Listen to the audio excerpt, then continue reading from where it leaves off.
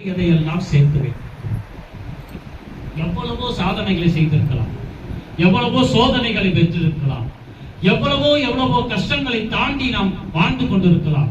எவ்வளவோ பதிவுகள் இந்த மனதிலே இன்பங்களையும் துன்பங்களையும் உறவுகளையும் பாச பந்தங்களையும் நாம் சாதித்தவைகளையும் பணம் இழந்ததையும் பணம் பெற்றதையும் எத்தனை நிகழ்வுகள், எத்தனை கோடி நிகழ்வுகள் அவையெல்லாம் மனதிலே பதிவாக சேர்த்து இந்த மனமாகப்பட்டது இவ்வளவு சேர்த்து வைத்திருக்கிறார்.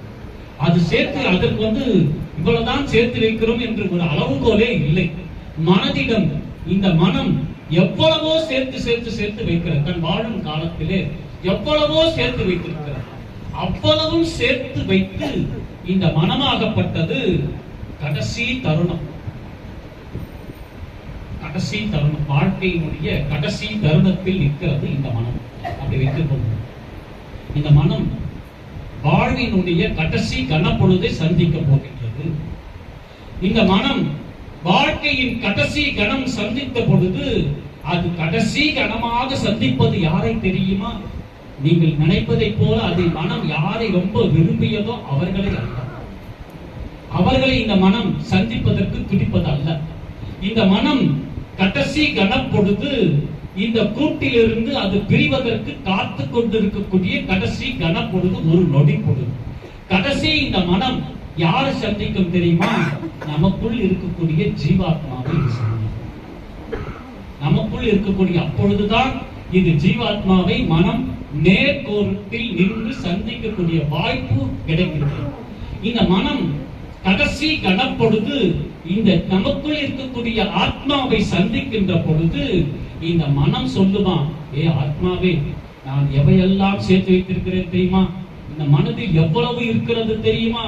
இத்தனை ஆண்டு காலம் எவையெல்லாம் நான் சேர்த்து வைத்திருக்கிறேன் தெரியுமா?